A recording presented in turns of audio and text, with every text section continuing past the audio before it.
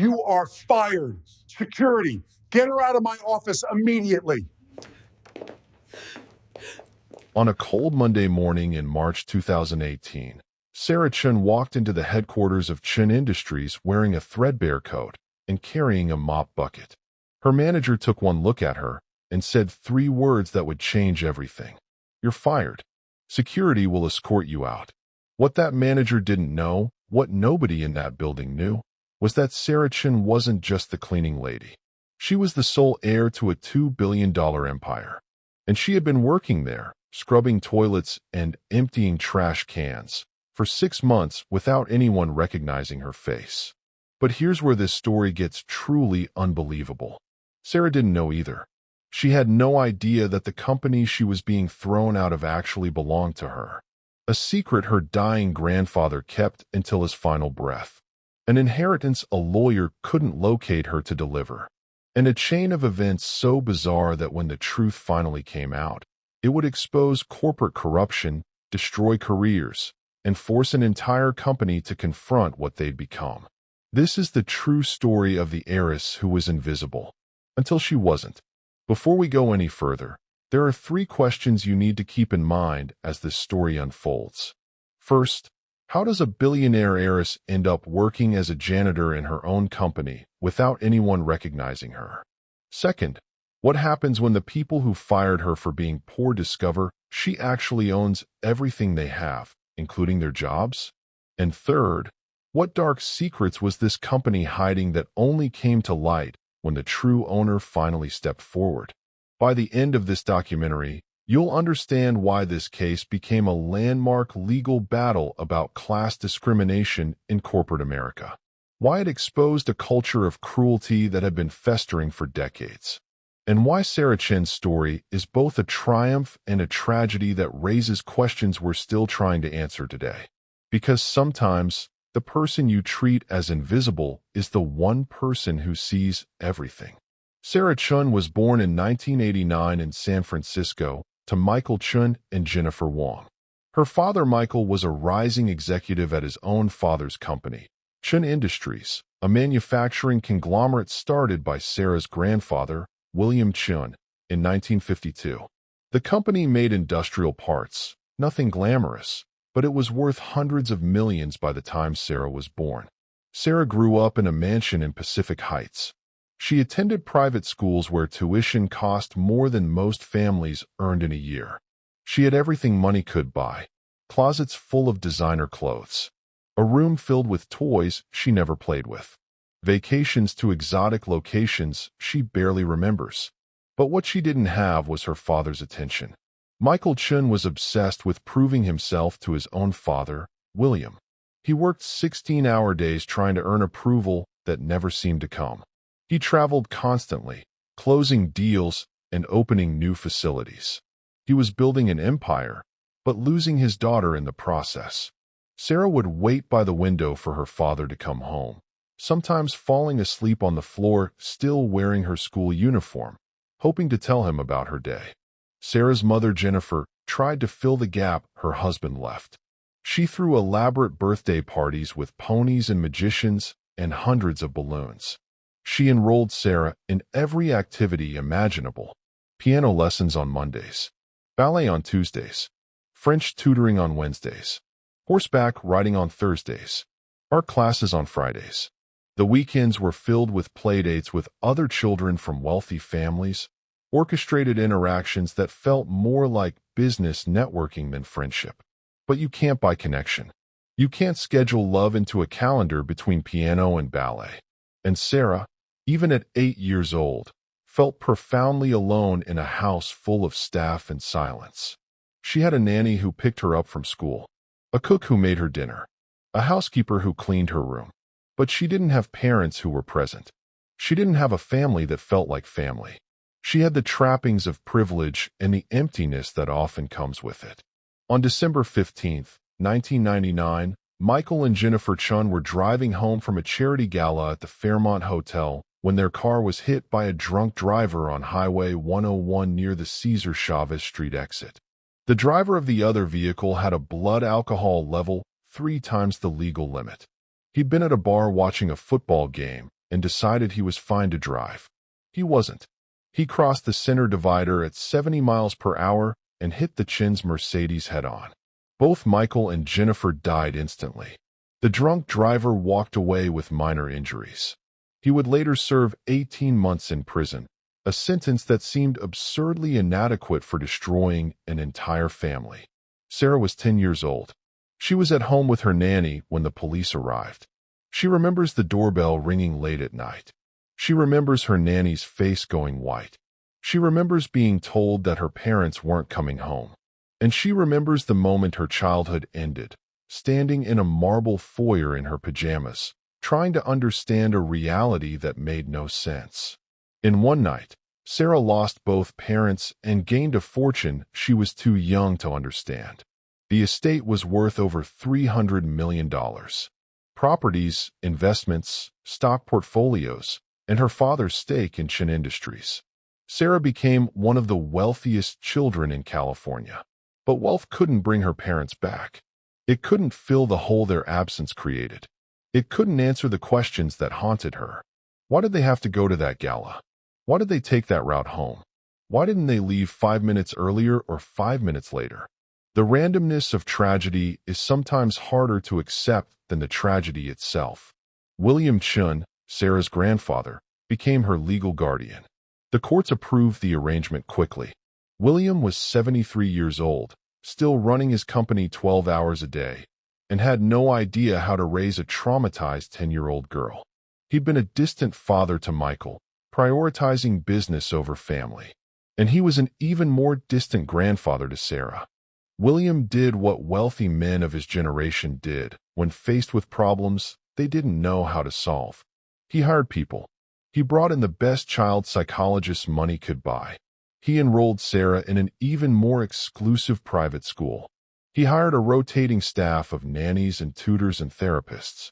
Sarah had everything except what she actually needed, which was family, which was someone to hold her when she cried at night, which was someone who understood that a child grieving her parents doesn't need a schedule or a therapist or another piano lesson. She needs love. The relationship between Sarah and William was complicated in ways neither of them could articulate.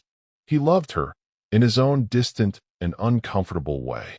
He made sure she had the best of everything. He attended her school plays, sitting in the back row and leaving before the final curtain call. He remembered her birthday, though the gifts were always chosen by his assistant. But he also blamed her, irrationally and unfairly, for his son's death. William never said this out loud. He probably barely admitted it to himself. But the logic existed in his grief-stricken mind. If Michael hadn't been rushing home to kiss Sarah goodnight, maybe he would have left the gala earlier. Maybe he would have taken a different route. Maybe he would have stopped for coffee and avoided that intersection at that exact moment. Maybe he'd still be alive. Sarah felt this blame, even though it was never spoken. Children are incredibly perceptive about emotional undercurrents.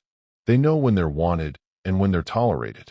Sarah knew that every time William looked at her, he saw his dead son. She was a living reminder of everything he'd lost. So she tried to make herself smaller. She tried to be perfect. She got straight A's. She never complained. She never asked for anything. She thought if she could just be good enough, maybe her grandfather would love her the way she desperately needed to be loved. But perfection doesn't earn love. It just sets an impossible standard that leaves everyone exhausted. By the time Sarah was 13, she'd stopped trying to be perfect. She'd started trying to disappear. The teenage years were when Sarah's anger finally surfaced. All that grief and abandonment and loneliness that she'd been suppressing erupted in typical adolescent rebellion, but with the resources of the wealthy behind it. When she was 14, she got caught shoplifting a lipstick from a drugstore. Not because she couldn't afford it, she had a credit card with no limit, but because she wanted to see if anyone would notice, if anyone would care enough to be disappointed in her. William's response was to write a check to make the problem go away and hire another therapist. When Sarah was 15, she started skipping school. She'd take the bus to Golden Gate Park and spend entire days sitting by the lake, watching people live normal lives. Families having picnics, couples holding hands. teenagers laughing with friends. She was surrounded by wealth, but starving for normalcy. When the school called William about her absences, he didn't talk to Sarah about it. He had his assistant inform her that continued truancy would result in reduced allowance. As if money was the issue. As if you could solve emotional neglect with financial consequences. By the time Sarah was 16, she had made a decision that would define the next decade of her life. She didn't want to be a Chen. She didn't want the money or the expectations or the cold mansion in Pacific Heights. She wanted to be normal. She wanted to be anyone other than the poor rich girl whose parents died and whose grandfather couldn't love her. So she started planning her escape. She legally changed her name to Sarah Wong, her mother's maiden name, the day she turned 18. The paperwork was filed quietly through a lawyer William didn't know. She moved out of the mansion the same week, taking only what she could fit in 2 suitcases. She left behind the designer clothes and the jewelry and the trust fund documents. She left a note for William that said simply, "I need to find out who I am without your name and your money. Please don't look for me." She moved into a studio apartment in the Tenderloin, one of the grittiest neighborhoods in San Francisco. The apartment was 400 square feet with a bathroom so small you could barely turn around. The building smelled like cigarettes and old cooking oil. Her neighbors were sex workers and drug addicts and elderly immigrants living on Social Security. It was the opposite of everything she'd known. And for the first time in years, Sarah felt like she could breathe. Before we dive deeper, let us know in the comments where you're watching from. We'd love to hear from you. And don't forget to hit that subscribe button so you never miss any of our upcoming videos. Sarah got a job at a bookstore in the Castro district. She made $9 an hour shelving books and helping customers. The work was simple and honest. Nobody cared that she'd gone to private school or that her grandfather owned a manufacturing empire. Nobody knew and nobody asked. She was just Sarah, the quiet girl who always recommended good books and made excellent coffee. She made friends with her coworkers, real friends who liked her for her personality, not her connections.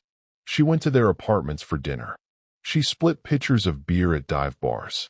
She learned what it meant to live paycheck to paycheck, to choose between groceries and new shoes, to calculate whether you could afford to take the bus or needed to walk to save $2. For someone who'd grown up with unlimited resources, poverty was both terrifying and liberating. She was scared when her rent was due and her bank account was low. But she was also free from the expectations and the judgment and the emptiness of wealth. Meanwhile, across town in a corner office with a view of the bay, William Chen was getting older and sicker and more desperate to reconcile with the granddaughter he'd pushed away. Between 2008 and 2017, William tried repeatedly to contact Sarah. He hired private investigators to find her, but Sarah had made herself deliberately hard to track. She worked cash jobs when possible. She didn't have credit cards in her new name. She moved frequently, never staying in one apartment for more than a year. She existed in the margins of society, invisible to the systems that track people through their financial footprints. William sent letters to her last known address, but they were returned as undeliverable. He tried to reach out through distant relatives, but Sarah had cut ties with everyone connected to the Chen family. She wanted a clean break. She wanted to build a life that was entirely her own, untainted by her family's wealth and dysfunction. And she succeeded. For nearly 10 years, Sarah Wong lived a completely separate existence from Sarah Chen. The heiress was gone. Only the bookstore clerk remained. William Chen's health began to fail in 2016. He was diagnosed with pancreatic cancer, one of the most aggressive and deadly forms of the disease. The doctors gave him 6 months to a year. William, who had always been in control, who had built a company through sheer force of will, was facing the one thing money couldn't buy: more time. He became obsessed with finding Sarah. Not to apologize, though he should have. Not to make amends, though there was much to make amends for. But to secure the future of Chen Industries. William had no other heirs. No other children. No siblings. The company he'd spent 65 years building would have to go to someone. And despite everything, despite the distance and the dysfunction, he wanted it to go to Sarah. She was family. She was all he had left.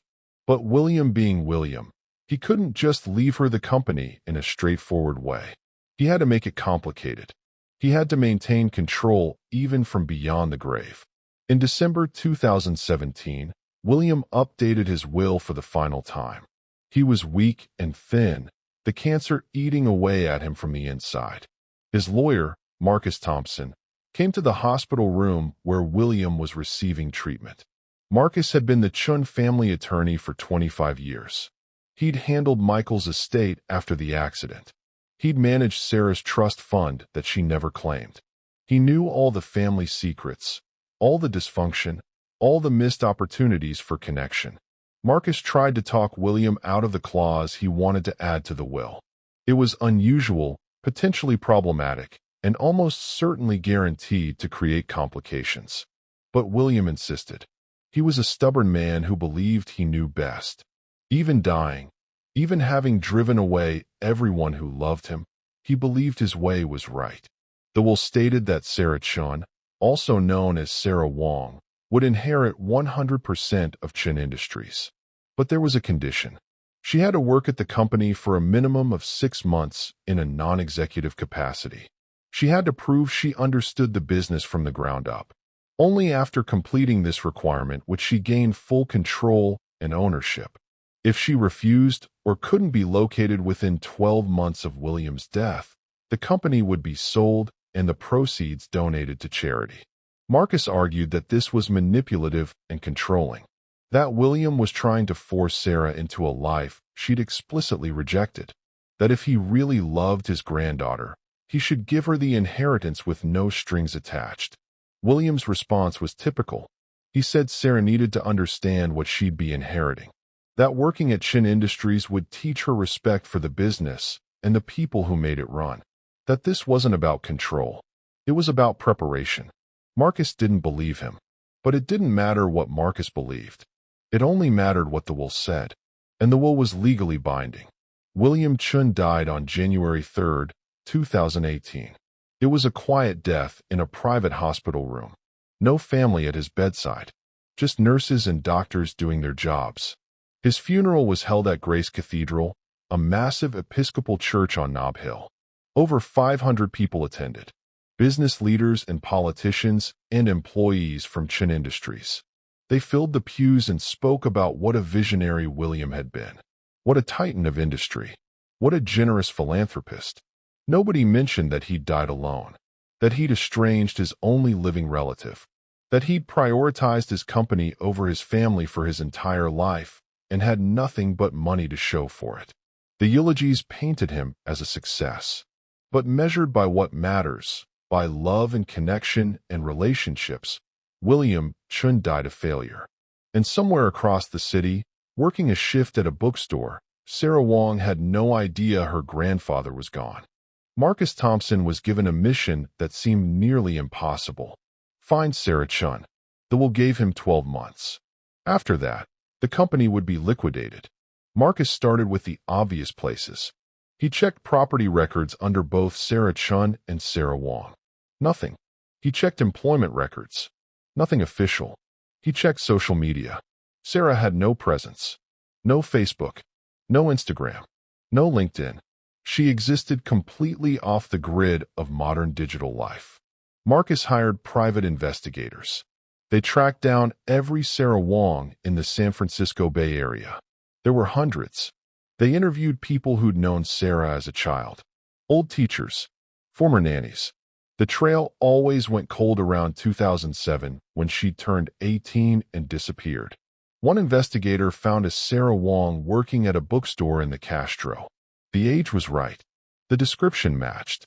But when they showed up to talk to her, Sarah had already quit and moved on. She was always one step ahead, though she didn't know anyone was looking. Meanwhile, at Chen Industries headquarters, the board of directors was dealing with the power vacuum William's death had created. The interim CEO was a man named Richard Morrison.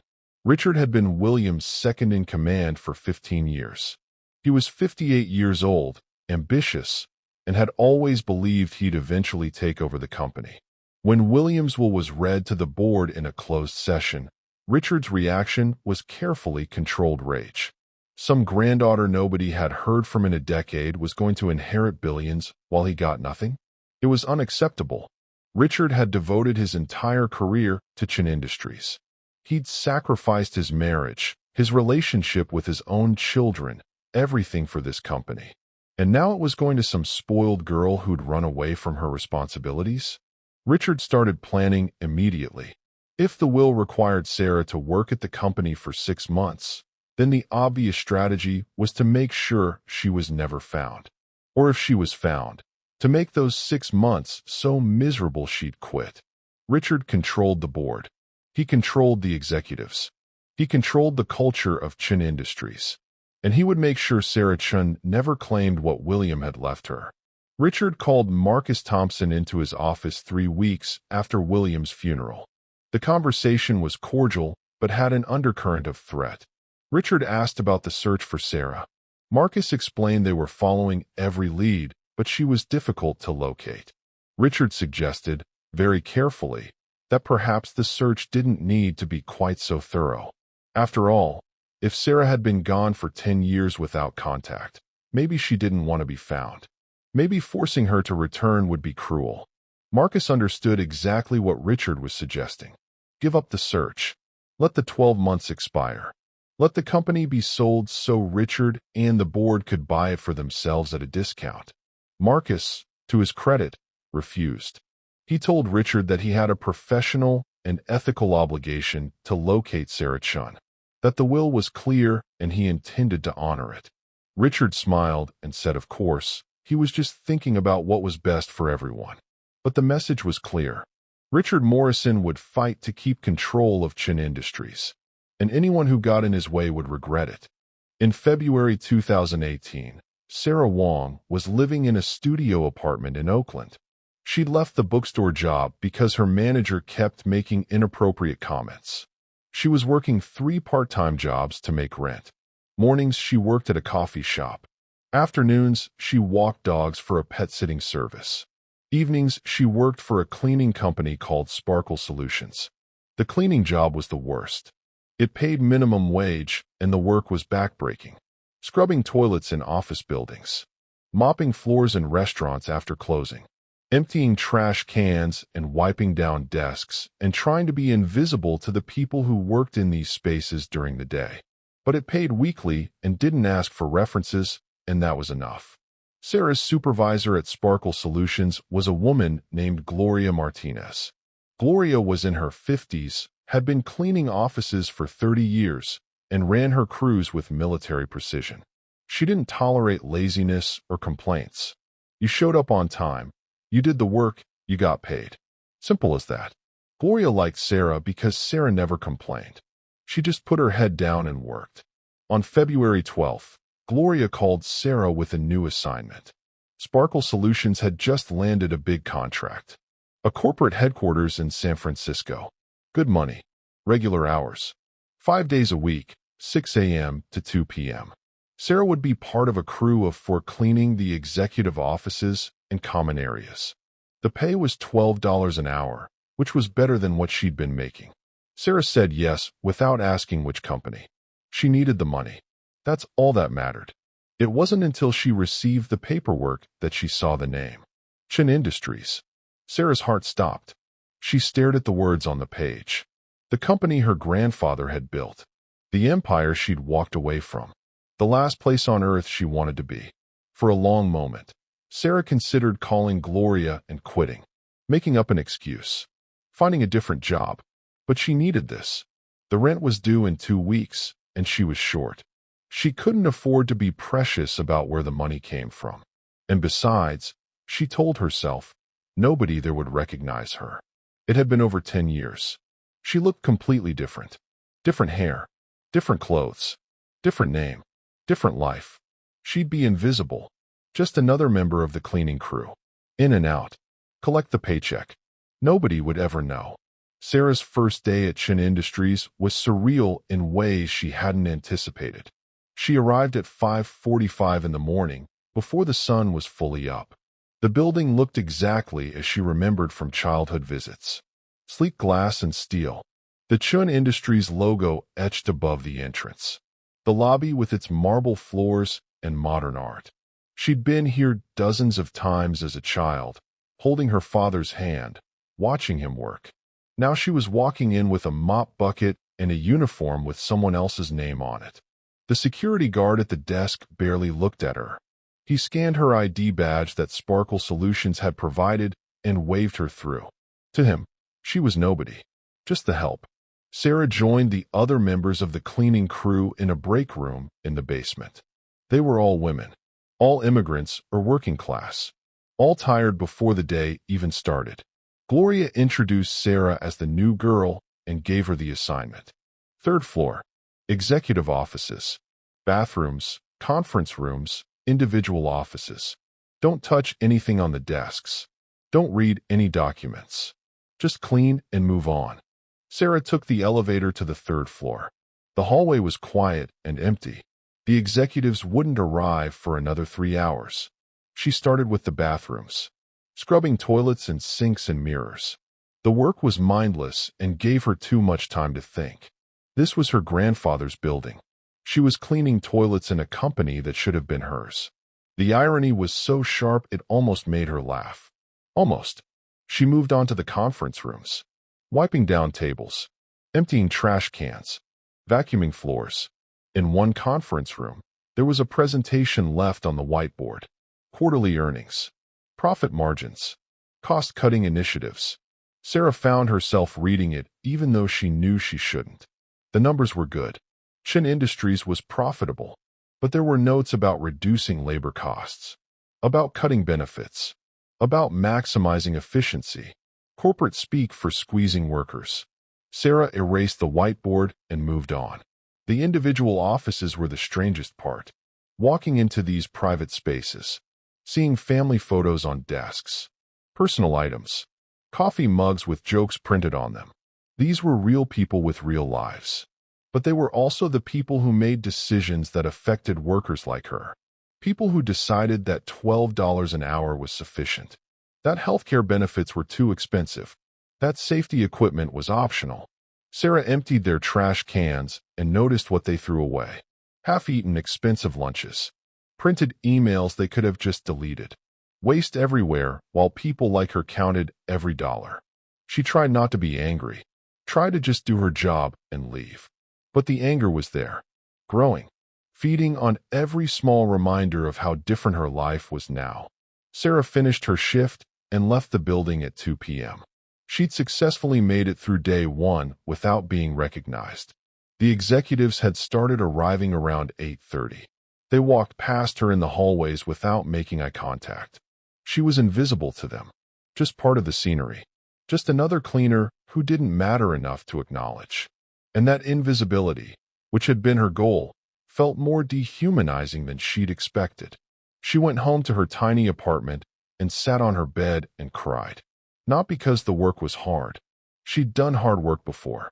But because being in that building, surrounded by her family's legacy, reminded her of everything she'd lost. Her parents, her grandfather, the life she could have had. And she was mourning it all over again. The weeks passed, and Sarah fell into a routine. Wake up at 5 a.m. Take the bus to San Francisco. Clean Chun Industries headquarters. Go home. Sleep.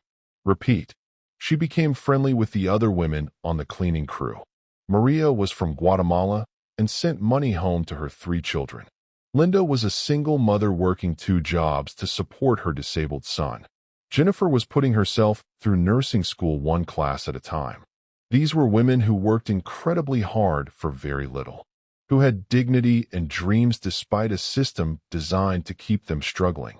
Sarah admired them. She also felt guilty, because she knew she could walk away at any time. She could access her trust fund, which was worth millions. She could stop pretending to be poor. But these women didn't have that option. This was their life, not a temporary experiment in humility, their actual reality.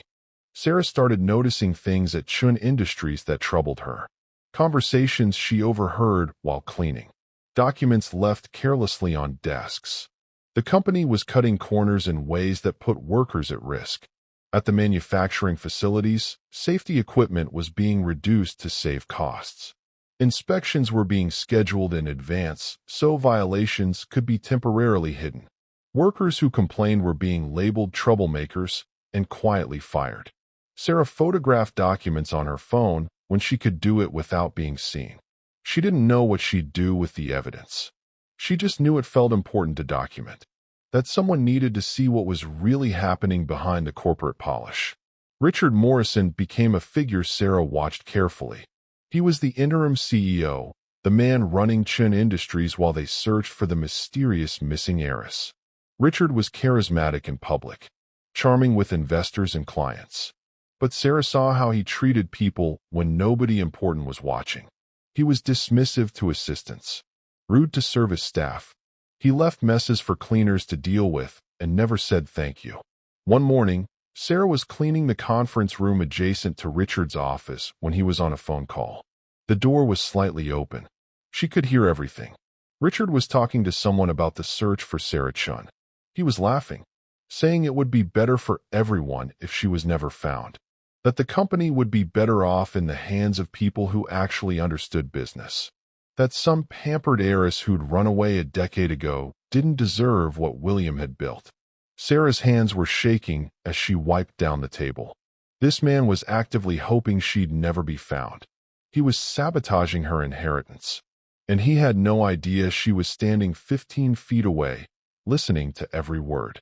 By the end of March, Sarah had been working at Chen Industries for 6 weeks. She'd successfully remained invisible. Nobody questioned her. Nobody looked at her closely enough to see past the uniform and the mop bucket. She was just another nameless, faceless worker. And then came the morning that everything changed. March 19th, 2018. Sarah arrived at work wearing the same threadbare coat she'd been wearing all winter. It had a tear in the sleeve that she'd tried to mend with needle and thread from the dollar store. The stitching was uneven and obvious. Her shoes were falling apart, the soles separating from the upper. She looked exactly like what she was. Someone barely getting by.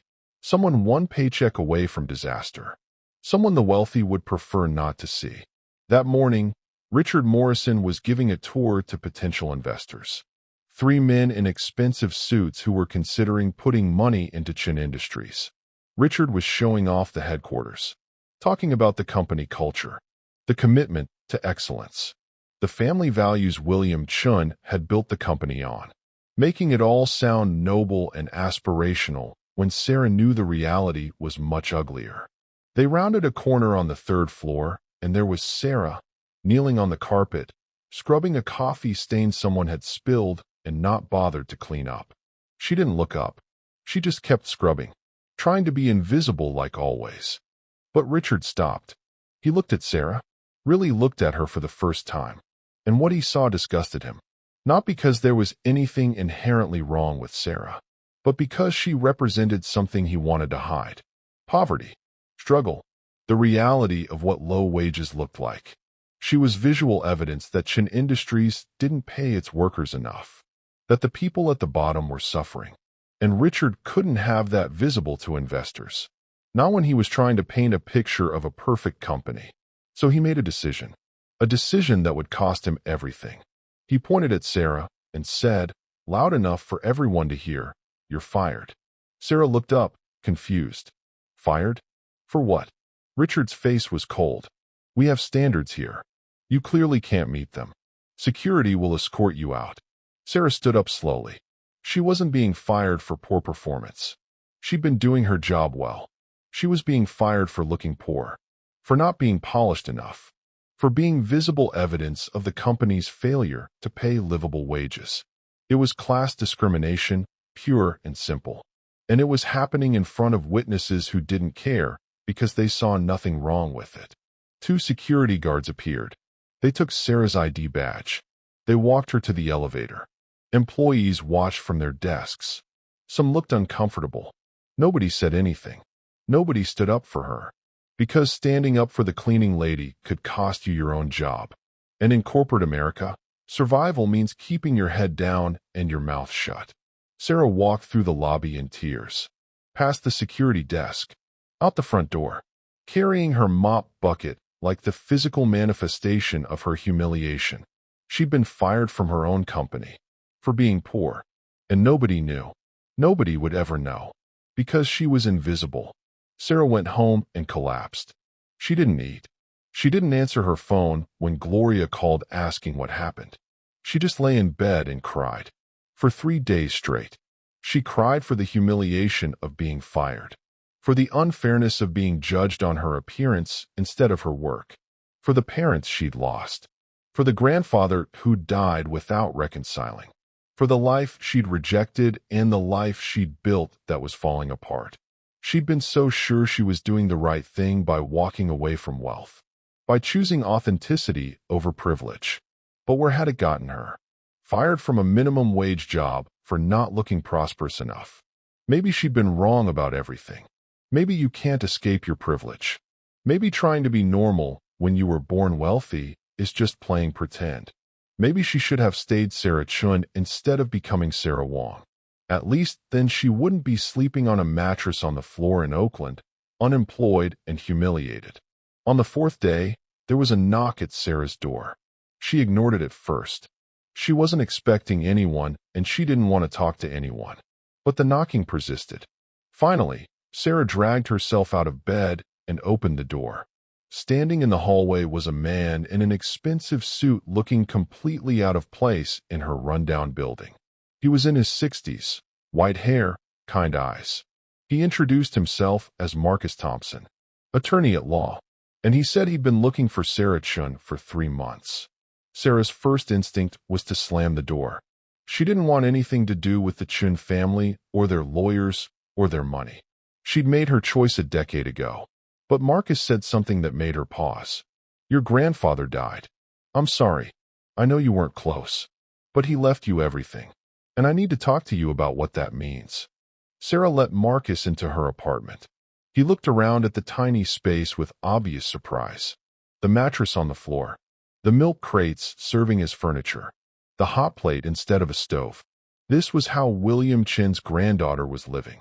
Marcus sat on the one folding chair Sarah owned and opened his briefcase.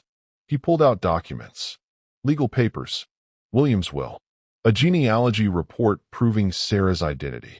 DNA tests from when she was a child. Proof that Sarah Chen and Sarah Wong were the same person. He explained that William had left her Chen Industries. The entire company, worth over $2 billion. But there was a condition. She had to work there for 6 months in a non-executive capacity. Only then would she inherit. Sarah started laughing. It was the kind of laugh that comes from complete absurdity. The kind that's close to crying. She told Marcus that she'd been working there. That she'd been scrubbing toilets at Chen Industries for 6 weeks. That she'd just been fired 3 days ago for being poor. Marcus stared at her, processing this information. Then he started asking questions. Who fired you? Richard Morrison. Did he know who you were? No. Nobody knew. Does anyone there know you've been working there? Just the cleaning company. Marcus pulled out his phone and started making notes. His expression had shifted from sympathetic to strategic. This changes everything, he said. This is discrimination. This is wrongful termination. And this gives us leverage we didn't have before. Sarah didn't want leverage. She didn't want a legal battle. She just wanted to stop hurting. She told Marcus she didn't want the company. That she'd rejected that life a decade ago, and nothing had changed. That he should just let the will expire and donate everything to charity like William had specified. Marcus looked at her with an expression that was part frustration, part admiration. He said, Sarah, I understand why you walked away. I understand why you don't want this. But you need to know what's happening at Chen Industries. Your grandfather built that company on principles. Fair wages. Safe working conditions. Dignity for every worker. Richard Morrison is destroying all of that. He's cutting corners. Exploiting employees. Preparing to sell the company to people who will make it even worse. If you walk away, hundreds of people will lose their jobs. Thousands more will be exploited. You have the power to stop that. The question is, do you have the courage? Sarah sat in her apartment, surrounded by evidence of her poverty, being asked to become a billionaire. It felt like a bad movie, like a fantasy that couldn't be real. But the documents were real. The DNA tests were real. The company was real. And the choice in front of her was real. She could take the money and walk away. She could take the money and fix things. Or she could refuse the money and let Richard Morrison win. Sarah thought about the women she'd worked with, Maria and Linda and Jennifer. Women who worked incredibly hard and deserved so much better. She thought about the safety violations she'd documented, the workers being exploited, the culture of cruelty that had infected her grandfather's company. She thought about Richard Morrison's face when he fired her, the disgust, the dismissal, the casual cruelty of powerful people who face no consequences. And Sarah Chen made a decision that would change everything. She told Marcus she would claim her inheritance, but she wouldn't do it quietly. She would do it publicly. She would expose what was happening at Chen Industries. She would fight for the workers who couldn't fight for themselves. And she would make sure Richard Morrison and everyone who enabled him faced consequences for what they'd done. Marcus smiled. It was the smile of a lawyer who'd just been handed a case he couldn't wait to win. He said they'd need to move carefully, build their strategy, gather evidence. And then, when the moment was right, they'd strike. Sarah agreed. But she had one condition. She wanted to go back. She wanted to walk into that boardroom and see the looks on their faces when they realized who she was. When they realized they'd fired the owner of the company for being poor. Marcus said that could be arranged. And he started making calls. Over the next 3 weeks, Marcus and his team prepared. They gathered documentation proving Sarah's identity. They filed paperwork with the court recognizing her as William Chen's heir. They prepared legal arguments about the will's requirements. They also gathered evidence of Richard Morrison's corruption, the safety violations, the financial misconduct, the wrongful termination. They built a case that was airtight because they knew Richard would fight. Men like Richard Morrison don't give up power easily. They were preparing for war, and they intended to win. Meanwhile, Richard Morrison had no idea what was coming.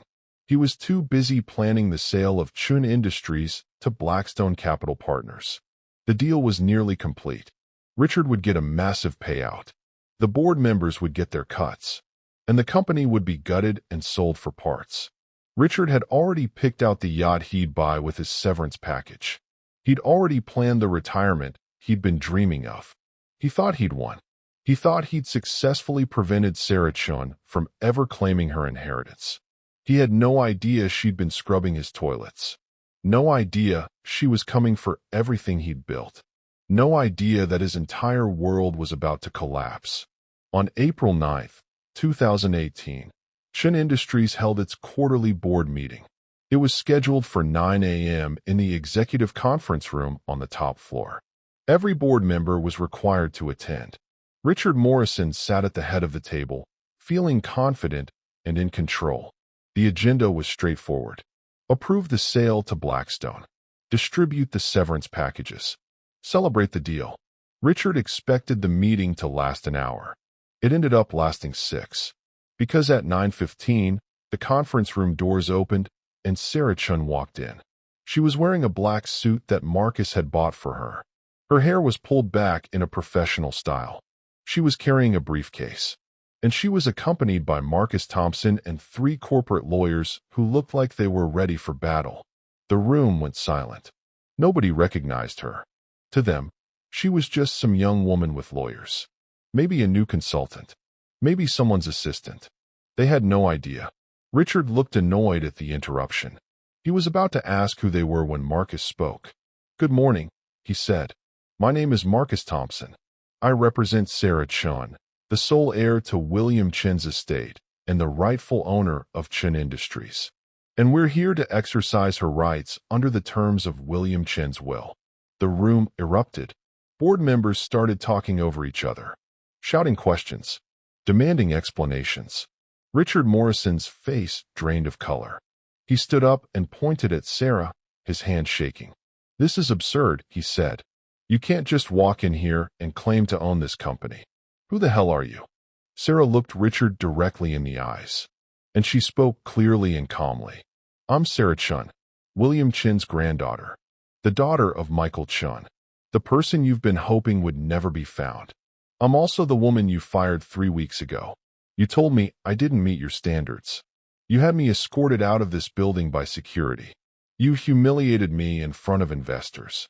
And now, Mr. Morrison, I'm your boss. The silence was absolute. You could hear the air conditioning. You could hear people breathing. Richard's mouth opened and closed, but no sound came out. He was processing the impossible. The cleaning lady was the heiress. The poor woman he'd fired owned everything. His brain couldn't make it make sense. Marcus started distributing documents. DNA tests proving Sarah's identity. Court orders recognizing her as William's heir. Copies of the will showing the 6-month work requirement. Timesheets from Sparkle Solutions showing Sarah had worked at Chen Industries for 6 weeks before being wrongfully terminated.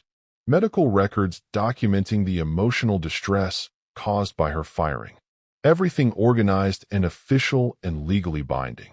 One board member, an older woman named Patricia Henderson, read through the documents carefully. Then she looked at Sarah and asked the question everyone was thinking. If you're William's granddaughter, why were you working as a janitor? Why didn't you just come forward? Sarah's answer was simple and devastating. Because I didn't know. My grandfather and I were estranged. I didn't know he'd died. I didn't know he'd left me anything. I was working as a cleaner because I needed the money. Because I'd chosen to live independently without family money. Because I wanted to make it on my own. I ended up at Chen Industries by random assignment from a cleaning company. And I stayed because I needed the job. I watched all of you for 6 weeks. I cleaned your offices. I emptied your trash. I listened to your conversations. And I saw what this company has become. I saw the safety violations you're hiding. I saw the workers you're exploiting. I saw the corruption. And then I was fired. For being poor. For not looking prosperous enough to be visible in front of investors. And that's when I learned I actually owned this company. The room was processing this information. Some board members looked ashamed. Others looked defensive. Richard Morrison was calculating his next move. He cleared his throat and tried to regain control. Even if you are Sarah Chen, he said, the will requires you to work here for 6 months. You were only here for 6 weeks. You haven't met the requirement. You can't claim ownership. Marcus smiled. That would be true, he said, except that Ms. Chen was wrongfully terminated. She was willing and able to complete the 6-month requirement. Your illegal termination prevented her from doing so. We have multiple legal precedents showing that when a party prevents someone from meeting a contractual obligation, that obligation is considered satisfied. The court agrees with us. We have an order right here.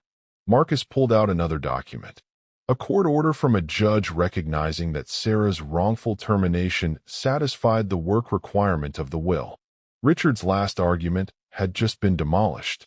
He sat down heavily in his chair. His retirement yacht was disappearing. His severance package was gone. Everything he'd been planning for was collapsing. One board member, a man named David Chun, no relation, asked what Sarah planned to do. Would she sell the company? Would she install new management? Sarah looked around the table at these people who'd enabled Richard's corruption, who'd looked the other way while workers were exploited, who'd valued profit over people at every turn. And she told them the truth. I'm not here for revenge, Sarah said. I'm here to fix what's broken.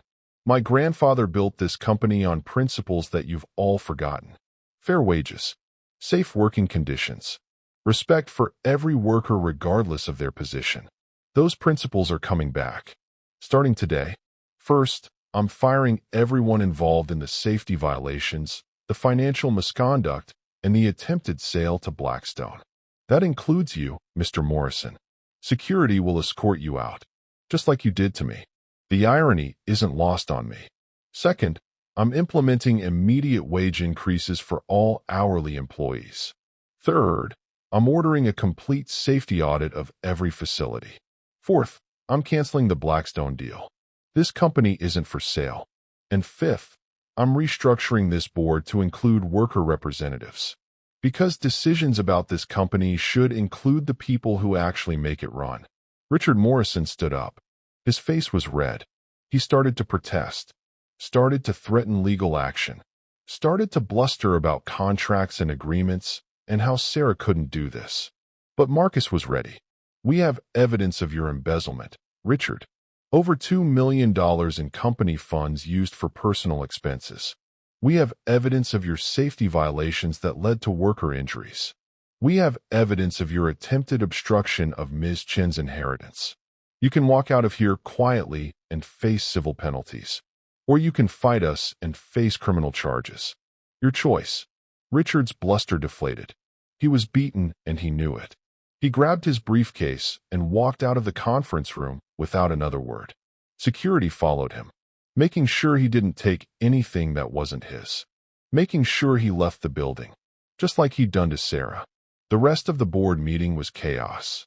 Some members resigned immediately. Others pledged their support to Sarah. Patricia Henderson, who'd been on the board for 20 years, stayed after everyone else left. She approached Sarah and said something that mattered. I'm sorry. I'm sorry we didn't see what was happening. I'm sorry we let this company become something your grandfather would be ashamed of. If you'll have me, I'd like to help you fix it. Sarah accepted. She needed allies. She needed people who understood the business. And she needed to believe that people could change when confronted with truth. Over the next few days, the story leaked to the media.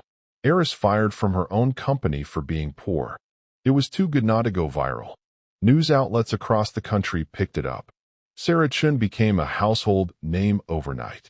A symbol of class discrimination. A David versus Goliath story. An underdog who'd won against impossible odds. But the media attention brought scrutiny Sarah wasn't prepared for. Reporters dug into her past. They found out about her estrangement from William. About her decade living in poverty. About her legal name change. Some stories painted her as a hero. A woman who'd rejected privilege to live authentically. Others painted her as irresponsible. A spoiled heiress who'd abandoned her family and was now claiming an inheritance she didn't deserve. The truth, as always, was more complicated than either narrative. Sarah gave one interview to a journalist from the San Francisco Chronicle who'd been covering labor issues for years. In that interview, Sarah talked about her parents' death, about her difficult relationship with William, about her choice to walk away from wealth, about working low-wage jobs and understanding poverty from the inside, about being fired and the humiliation that came with it, and about her commitment to changing Chen Industries into a company that valued all its workers. The interview went viral. Millions of people read it. Thousands commented. Some supported her. Others criticized her. But everyone was talking about class and dignity and what workers deserve. The conversation had shifted from individual drama to systemic issues. And that was what Sarah wanted. She wasn't interested in being famous. She was interested in using her platform to advocate for change. Chen Industries became a laboratory for that change. Sarah implemented the reforms she'd promised. Wages went up. The company instituted a minimum of $20 an hour for every employee. Healthcare benefits were expanded. Profit sharing was implemented so that when the company did well, everyone benefited. Workplace safety became a priority. Outside consultants were brought in to audit every facility. Violations were fixed immediately. Employees who reported safety concerns were protected and rewarded, not punished. The most controversial change Sarah made was cultural. She eliminated the hierarchy that separated executives from workers. The executive dining room was closed. Everyone ate in the same cafeteria. Reserved parking spots based on rank were eliminated. Executives were required to spend 1 week per year working in manufacturing or maintenance, doing the actual jobs of the people they managed. These changes were resisted by some. Several executives quit, saying Sarah was destroying the company with her socialist policies. But something interesting happened. Productivity increased. Worker satisfaction went up. Turnover decreased. Workplace injuries dropped dramatically. And profits, the metric everyone said would suffer, actually improved. Because it turns out that when you pay people fairly and treat them with respect, they work harder and more efficiently. They care about the company. They invest in its success. The opposite of what conventional business wisdom predicted. By the end of 2018, Chen Industries was being studied by business schools. Articles were written analyzing Sarah's management philosophy. She was invited to speak at conferences. But Sarah was careful not to let the attention go to her head. She remembered what had happened to her grandfather, how success and power had isolated him, how he died alone with regrets. Sarah was determined not to repeat his mistakes. She stayed connected to the workers. She ate lunch in the cafeteria with machinists and accountants. She answered her own emails. She kept an open-door policy where any employee could make an appointment to talk to her. She didn't want to become the kind of CEO who loses touch with reality. But Sarah also faced challenges she wasn't prepared for. Running a multi-billion-dollar company is incredibly difficult. There were decisions about expanding into new markets, about whether to automate certain processes, about balancing profitability with principles. Sarah didn't have an MBA. She didn't have her grandfather's decades of experience. She made mistakes. Some investments failed. Some initiatives didn't work as planned. She had to learn on the job, which meant public failures that critics loved to point out. There were moments when Sarah doubted herself, when she wondered if she was the right person for this role, when she wished she could go back to the simplicity of her life before, when making coffee for $8 an hour seemed easier than making decisions that affected thousands of employees. But she kept going, because she'd made a commitment, and because she believed in what she was building. In 2019, Sarah faced her biggest legal challenge. A group of former executives filed a lawsuit against her. They claimed her reforms violated their employment contracts, that they'd been promised bonuses based on cost-cutting measures, that Sarah's wage increases and safety investments were costing them money. They wanted $500 million in damages. The lawsuit was backed by Richard Morrison, who was facing his own legal troubles but still wanted revenge. The case went to trial in September 2019. The plaintiff's lawyers painted Sarah as a naive idealist destroying a profitable company. They brought in business experts who testified that her policies were unsustainable, that the market would punish companies that prioritized workers over shareholders, that Sarah was letting her emotions override sound business judgment. They made her sound incompetent, irrational, dangerous. Sarah's legal team fought back. They brought in economists who showed that companies with strong worker protections actually performed better long-term. They brought in safety experts who testified about the lives saved by Sarah's reforms. They brought in employees who shared how the changes had affected them. A single mother who could now afford childcare. A factory worker who'd been injured under the old policies and was now protected. These weren't abstract policy debates. These were real people whose lives had been improved. The jury heard days of testimony. They saw the evidence of Richard's corruption. They saw the safety violations that had been covered up. They saw the contrast between what Chen Industries had been and what it was becoming. And after 3 days of deliberation, they returned a verdict. They found in favor of Sarah Chen. The lawsuit was dismissed. The precedent was set. A CEO has the legal right to prioritize employee welfare over executive bonuses. The verdict was a landmark decision that sent shockwaves through corporate America. Business publications wrote about it for months. Some praised it as a new model for ethical capitalism. Others condemned it as government overreach into private business. But the message was clear. Companies can be held accountable for how they treat workers. Profit isn't the only metric that matters. And people like Sarah Chen, who challenged the status quo, could win. Richard Morrison's reaction to the verdict was predictable. He held a press conference where he called Sarah dangerous, where he said she was destroying American business, where he predicted Chen Industries would fail within 5 years. But Richard's credibility was shot. He was facing criminal charges for embezzlement. His predictions rang hollow. And most people saw him for what he was, a bitter man who'd lost power and couldn't accept it. In December 2019, Sarah was cleaning out her grandfather's office. She'd kept it exactly as William had left it. His books on the shelves, his awards on the walls, his desk with its piles of papers. Sarah had been meaning to go through everything for months, but kept putting it off. It felt too personal, too final.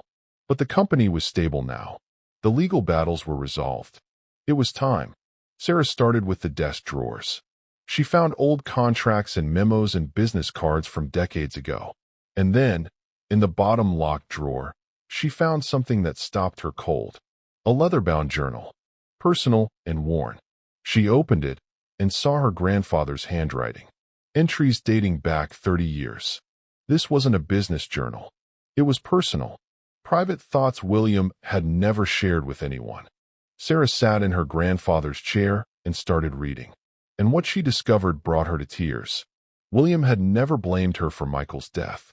That guilt had been entirely in Sarah's head. A projection of her own feelings onto a man who'd never actually said those words. In the journal, William wrote about his own guilt. About pushing Michael too hard. About creating a workaholic culture that made his son drive home exhausted. About failing as a father and then failing as a grandfather. He wrote about watching Sarah grow up and not knowing how to connect with her. About wanting to show love, but only knowing how to show control. The journal revealed a man who was deeply flawed and deeply hurt and completely unable to communicate any of it. Sarah found entries about her teenage rebellion. William wrote that he understood why she pulled away, that he'd done the same thing with his own father, that it was a Chun family tradition to reject the previous generation and regret it later.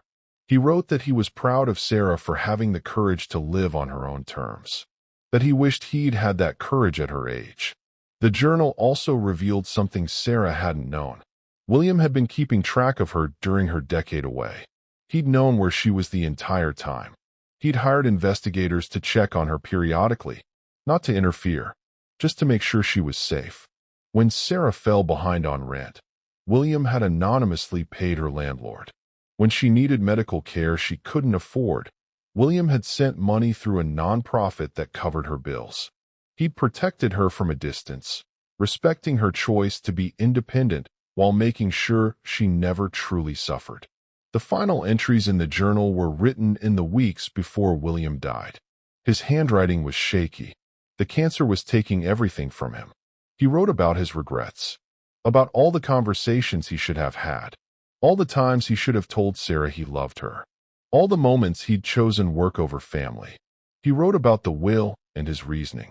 He required Sarah to work at Chen Industries, not to test her worthiness, but to ensure she understood the business from every angle, to see what he couldn't see from his corner office, to experience both the dignity and indignity of every level of the company.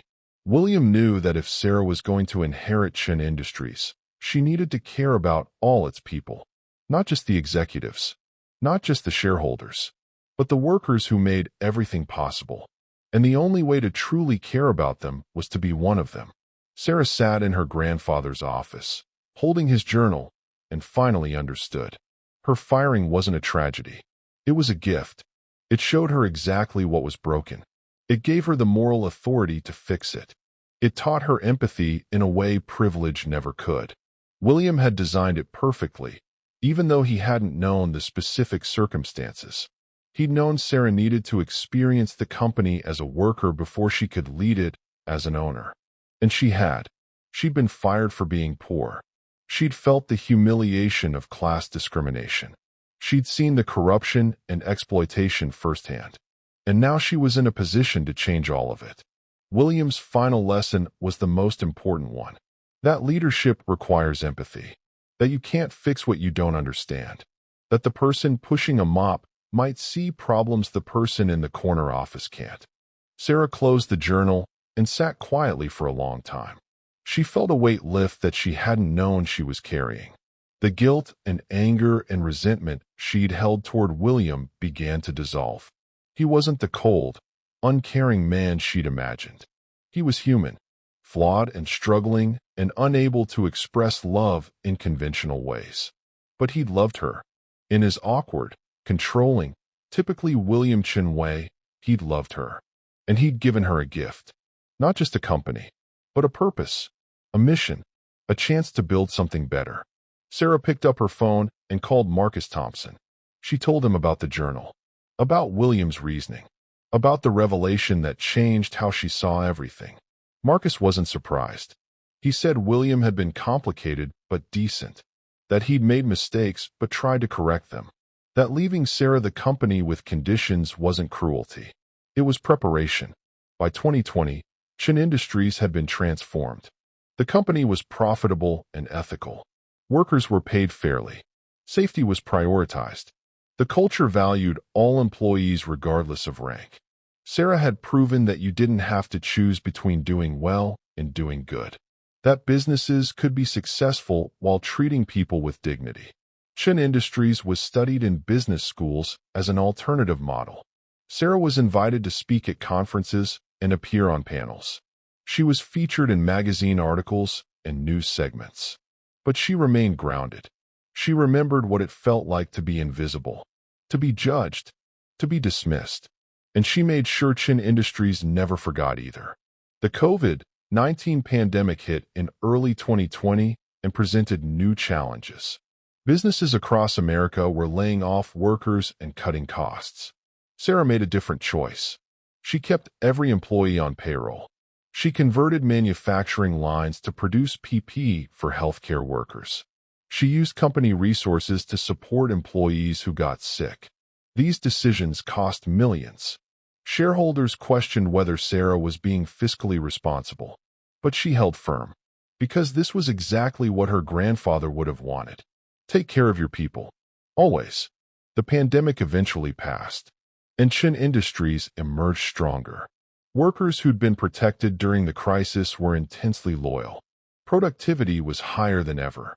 The company's reputation attracted top talent. Customers wanted to work with a business that had values. Sarah's gamble paid off in every measurable way.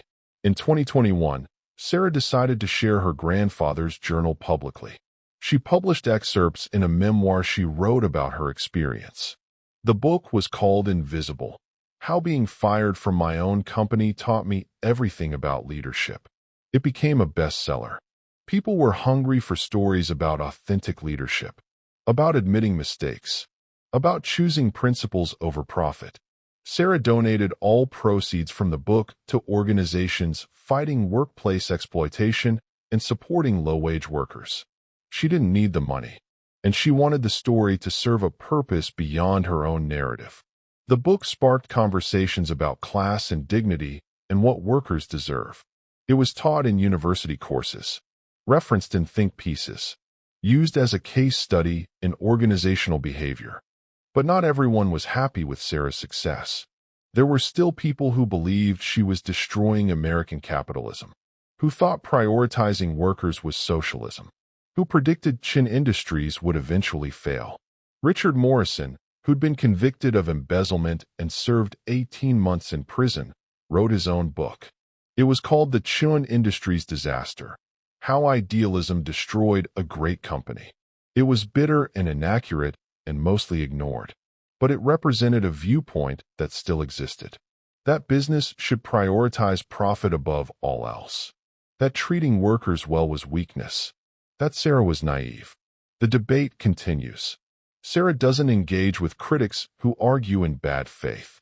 She just keeps running Chen Industries according to principles she believes in, and she lets the results speak for themselves. As of 2024, Sarah Chen is 35 years old and still the CEO of Chen Industries. The company is valued at over $3 billion. It's been recognized as one of the best places to work in America for 6 consecutive years. Fortune magazine named Sarah one of the most influential leaders under 40. She's been invited to advise on labor policy. She serves on boards of nonprofits focused on workers' rights. But she still eats lunch in the company cafeteria, still knows the names of the maintenance staff, still remembers what it felt like to be invisible. The workers who were there when Sarah was fired have mixed feelings about their silence. Some have apologized. They've told Sarah they were ashamed they didn't speak up, that they were cowards. Sarah has forgiven them because she understands.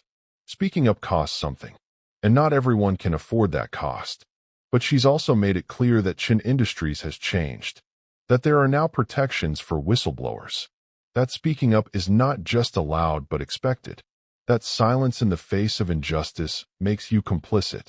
Maria and Linda and Jennifer, the women Sarah worked with on the cleaning crew, are still at Chen Industries. But they're not cleaning anymore.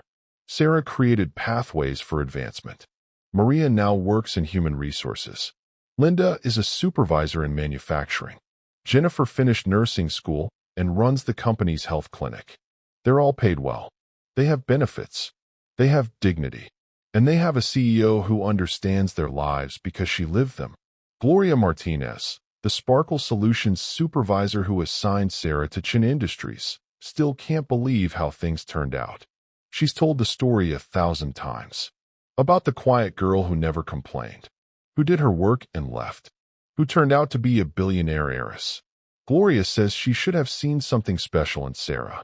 But Sarah says that's exactly the point. You shouldn't need to be special to deserve dignity. Every worker deserves respect regardless of who they might secretly be. Marcus Thompson is still Chen Industries' general counsel. He's in his late 60s now and planning to retire soon. But he's told Sarah that finding her and fighting for her inheritance was the most important work of his career, not because of the money involved, but because it reminded him why he became a lawyer. To help people, to fight for justice, to make things right. Marcus has become a mentor to Sarah, teaching her about business and law and navigating corporate politics. He's the grandfather figure William should have been, but couldn't figure out how to be. Sarah is grateful for Marcus, for his wisdom and patience and belief in her when she didn't believe in herself. The house in Pacific Heights where Sarah grew up was sold after William died. Sarah couldn't bring herself to live there. Too many ghosts. Too many painful memories. She bought a modest home in the Sunset District instead, close to the ocean. Simple and comfortable. She drives a 10-year-old Toyota. She shops at farmers markets. She lives a life that doesn't scream wealth, because she learned that happiness doesn't come from money. It comes from purpose and connection and knowing you're making a difference. Sarah has used her wealth to fund scholarships for first-generation college students, to support affordable housing initiatives, to back political candidates who prioritize workers' rights. She's become exactly what William should have been, a person who uses privilege to lift others up rather than separate herself from them. The question people always ask Sarah is whether she's happy, whether choosing to take on this responsibility was worth it. Sarah's answer is complicated. She's happy in the sense that she's living with purpose, that she's doing work that matters, that she's honoring her grandfather's legacy while also correcting his mistakes. But she's also exhausted. Running a company is relentless. The decisions never stop. The pressure is constant. There are days when she misses the simplicity of her old life, when making coffee for minimum wage seemed easier than making choices that affect thousands of people. But she doesn't regret her decision, because she knows what Chen Industries would have become under Richard Morrison. She knows the workers who would have been exploited, the safety violations that would have continued, the culture of cruelty that would have festered. She saved something important, and that matters more than her personal comfort. Sarah has learned that being invisible taught her to see. When you're not noticed, you notice everything. You see how people treat service workers when they think nobody's watching. You hear conversations people have when they forget you're in the room. You understand systems of power and privilege from the bottom up instead of the top down. That perspective is invaluable. It's made Sarah a better leader, because she never forgets that every employee is a whole person, with dreams and struggles and dignity. Not just a number on a spreadsheet or a line item in a budget. Her grandfather's final lesson was that leadership requires walking in other people's shoes. And Sarah didn't just walk in them. She lived in them. For years. That experience changed her in ways that can't be undone. And she's grateful for it. The story of Sarah Chen has become something larger than one person's experience. It's become a parable about class and dignity and what we owe each other. about how we treat people when we think they don't matter, about the courage it takes to challenge systems that benefit us, about choosing principles over profit even when it's difficult. Sarah didn't set out to be a symbol. She just wanted to make it on her own. But circumstances and choices led her to become something more. A reminder that the person you dismiss might be the person who changes everything. That the worker you don't see is still a human being who deserves respect. That businesses can prioritize both profits and people. That capitalism doesn't have to be cruel. There are still critics who say Sarah got lucky. That her story is an anomaly. That you can't build a business model on her experience because most people who are fired aren't secretly billionaires. And they're right. Sarah's story is unusual, but the lessons aren't. The lesson that workers deserve dignity applies regardless of who they turn out to be. The lesson that class discrimination is real and harmful applies to millions of people. The lesson that companies should invest in their employees applies to every business. Sarah's unique circumstances gave her a platform, but the message she's sharing isn't unique. It's universal. Treat people with respect. Pay them fairly. Create safe working conditions. Value all employees regardless of rank. These aren't radical ideas. They're basic human decency. And if it took a billionaire heiress getting fired to remind us of that, maybe that says more about our society than about Sarah. So what's the lesson here? Maybe it's that you should treat everyone well because you never know who they might be. But that's too shallow, too transactional. The real lesson is that you should treat everyone well, period. Not because they might be important, but because every person has inherent worth. The janitor cleaning your office deserves the same respect as the CEO in the corner office. Not because the janitor might secretly own the company, but because the janitor is a human being doing honest work. We've created a society that judges people based on visible markers of success. Your job title, your clothes, your car, your address. We've made it acceptable to treat some people as invisible, as less than, as disposable. And Sarah's story forces us to confront that ugly truth. Because she experienced both sides. She was treated with deference when she looked wealthy, and with contempt when she looked poor. She was the same person, but the treatment changed completely based on superficial circumstances. The question Sarah asks in every speech she gives is simple but profound. How would you want to be treated if you lost everything tomorrow? If you were the janitor instead of the executive? If you were struggling instead of successful? Would you want to be invisible? Would you want to be dismissed? Would you want to be fired for not looking prosperous enough? Of course not. Nobody wants that. So why do we accept it when it happens to others? Why do we participate in systems that create hierarchies of worth?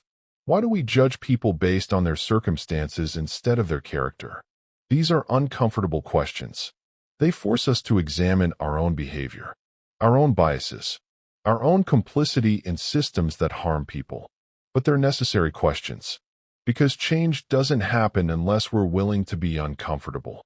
Sarah Chen was fired for being poor, but she was also given an opportunity that most people will never have. The opportunity to change an entire system from the inside.